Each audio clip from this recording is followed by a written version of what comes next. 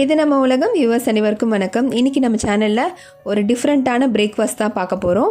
யூஸ்வலாக நம்ம பிளெயின் சப்பாத்தி செய்கிறதுக்கு பதிலாக கடலை மாவு வச்சு ஒரு மசாலா டிக்கெட் தான் செய்ய போகிறோம். வாங்க எப்படி செய்கிறதுன்னு பார்க்கலாம். மசாலா டிக்கெட் செய்கிறதுக்கு தயிரை ஒரு வடிகட்டியோ இல்லை ஒரு துணி வச்சோ நல்லா ஒரு 15 நிமிஷம் வடிகட்டிக்கலாம். அது நல்லா இந்த மாதிரி கெட்டி தயிராக கிடைக்கும். இதை தனியாக எடுத்து வச்சுக்கலாம்.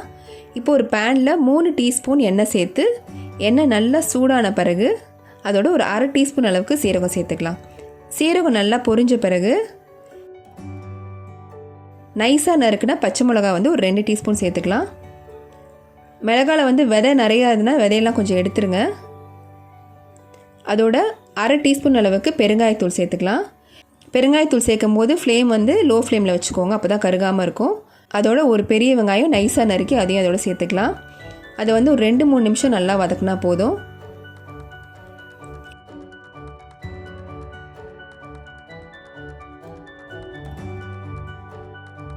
இப்போ இதோட அரை டீஸ்பூன் அளவுக்கு காஷ்மீரி மிளகாத்தூள் சேர்த்துக்கலாம். அப்போ தான் நமக்கு காரமும் கம்மியாக இருக்கும், கலரும் நல்லா வரும். இப்போ இதோட ஒரு 1/4 கிளாஸ் அளவுக்கு தண்ணி சேர்த்துக்கலாம். தண்ணி சேர்த்துட்டு எல்லாத்தையும் நல்லா சேர்த்து கிண்டிக்கலாம். இது ஒரு 5 நிமிஷம் மீடியம் ஃப்ளேம்லேயே இருக்கட்டும். அந்த தண்ணியெல்லாம் நல்லா வற்றி நமக்கு அந்த வெங்காயம் நல்லா ட்ரையாக ஆகணும். இப்போ வெங்காயம்லாம் நல்லா ட்ரை ஆகிடுச்சு. இப்போ ஸ்டவ் ஆஃப் பண்ணிக்கலாம். இது கொஞ்சம் நேரம் ஆற விட்டுருங்க. இப்போ நம்ம ரெடி பண்ணி வச்சுருக்க கெட்டி தயிரில் அரை டீஸ்பூன் அளவுக்கு உப்பு சேர்த்துக்கலாம். அதோட 1 டீஸ்பூன் அளவுக்கு நைஸாக நறுக்குனா மல்லி இலை சேர்த்து எல்லாத்தையும் நல்லா மிக்ஸ் பண்ணிக்கலாம். இப்போ அந்த வெங்காயம் மசாலா நல்லா ஆறிடுச்சு. அதை அந்த தயிரோடு சேர்த்துக்கலாம். சேர்த்துட்டு எல்லாம் நல்லா மிக்ஸ் பண்ணி விட்டுக்கலாம். நார்மல் தயிருக்கும் இந்த ஹங் கர்டுக்கும் என்ன வித்தியாசம்னு பார்த்தீங்கன்னா, இது எவ்வளோ நேரம் ஆனாலும் நமக்கு தண்ணியே விடாது. நார்மல் தயிராக இருந்தால் நம்ம வெங்காயம்லாம் போடும்போது சீக்கிரமே தண்ணி விட்டுடும், புளிக்க தான் செய்யும், தண்ணி விடாது. இப்போ 2 உருளைக்கிழங்கு நல்லா வேக வச்சு தோல் உரித்து இந்த மாதிரி மசிச்சு எடுத்து வச்சுக்கோங்க. இதை ஒரு பவுலில் சேர்த்துக்கலாம். அதோட நைஸாக நறுக்குனா 2 பச்சை மிளகாயும் சேர்த்துக்கலாம். நைஸாக நறுக்குனா மல்லியில் ஒரு 2 டீஸ்பூன் சேர்த்துக்கலாம். உப்பு ஒரு டீஸ்பூன். அதோட அரை டீஸ்பூன் ஜீரகம், 1 டீஸ்பூன் மிளகாத்தூள், 1 டீஸ்பூன் தனியாத்தூள், 1/4 டீஸ்பூன் மஞ்சத்தூள் சேர்த்துட்டு எல்லாத்தையும் நல்லா மிக்ஸ் பண்ணிக்கலாம். உருளைக்கிழங்கு கட்டி எதுவும் இல்லாமல் நல்லா நைஸாக ஸ்மாஷ் பண்ணிடணும். இப்போ எல்லாம் நல்லா மிக்ஸ் பண்ணியாச்சு. இதோட 1 கப் அளவுக்கு கோதுமை மாவு எடுத்துக்கலாம். 1/4 கப் அளவுக்கு கடலை மாவு சேர்த்துட்டு எல்லாம் நல்லா ஒன்றா பிசைஞ்சிக்கலாம். இதுக்கு தண்ணி எதுவும் சேர்க்க வேண்டாம். அந்த உருளைக்கிழங்குல இருக்க தண்ணியே நமக்கு கரெக்டாக இருக்கும். தண்ணி நமக்கு தேவைப்பட்டால் சேர்த்துக்கலாம். இப்போ ஃபுல்லாக பிசைஞ்சாச்சு. இப்போ மாவு கொஞ்சம் ட்ரையாக இருக்க மாதிரி இருக்கிறதுனால கொஞ்சமாக ஒரு 1/4 கிளாஸ் அளவுக்கு தண்ணி தெளித்து பிசையணும், இல்லைன்னா ரொம்ப தண்ணி ஆகிடும்.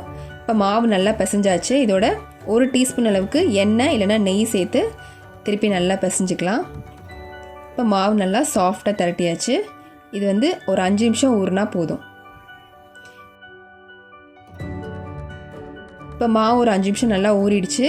நம்ம சப்பாத்திக்கு எடுக்கிற அளவை விட கொஞ்சம் பெருசாக எடுத்துக்கணும். ஏன்னா நம்ம இது திக்கான சப்பாத்தி மாதிரி போட போகிறோம். நல்லா மாவு தொட்டுட்டு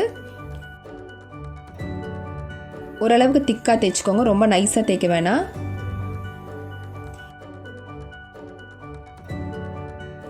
இதுக்கு மேலே நைஸாக நறுக்குனா பூண்டு ஒரு டீஸ்பூன் கொஞ்சம் பரவலாக அப்படியே தூவி விட்டுட்டு அதுக்கு மேலே கொஞ்சமாக மல்லி இலை, அது வெளியில் வராமல் இருக்கிறதுக்காக ஒரு 2-3 தடவை நல்லா நைஸாக தேய்ச்சிக்கலாம். ரொம்ப அழுத்தி தேய்க்க வேண்டாம்.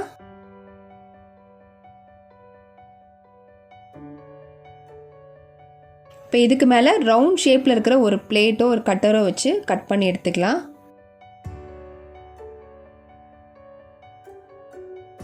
இப்போ இதை தவாவில் போட்டு டோஸ்ட் பண்ணி எடுத்துக்கலாம். தவா ஹீட் மீடியம் ஃப்ளேமில் வச்சுக்கோங்க. இது மீடியம் ஃப்ளேம்லேயே வச்சு ரோஸ்ட் பண்ணாதான் நல்லா கிறிஸ்பியாகவும் நல்லா வெந்து வரும்.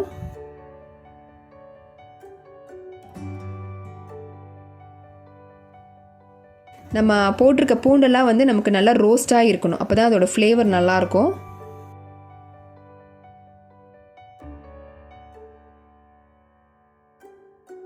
இதில் எண்ணெய் சேர்க்கறதுக்கு பதிலாக நெய் நல்லா 2 பக்கமும் ஒரு டீஸ்பூன் சேர்த்து சுட்டு எடுத்திங்கன்னா டேஸ்ட் ரொம்ப ரொம்ப சூப்பராக இருக்கும், நல்லா கிறிஸ்பியாகவும் இருக்கும்.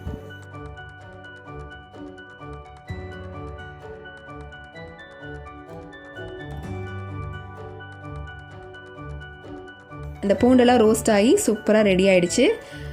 டேஸ்டியான டிஃப்ரெண்ட்டான மசாலா டிக்கட் ரெடி ஆகிடுச்சு.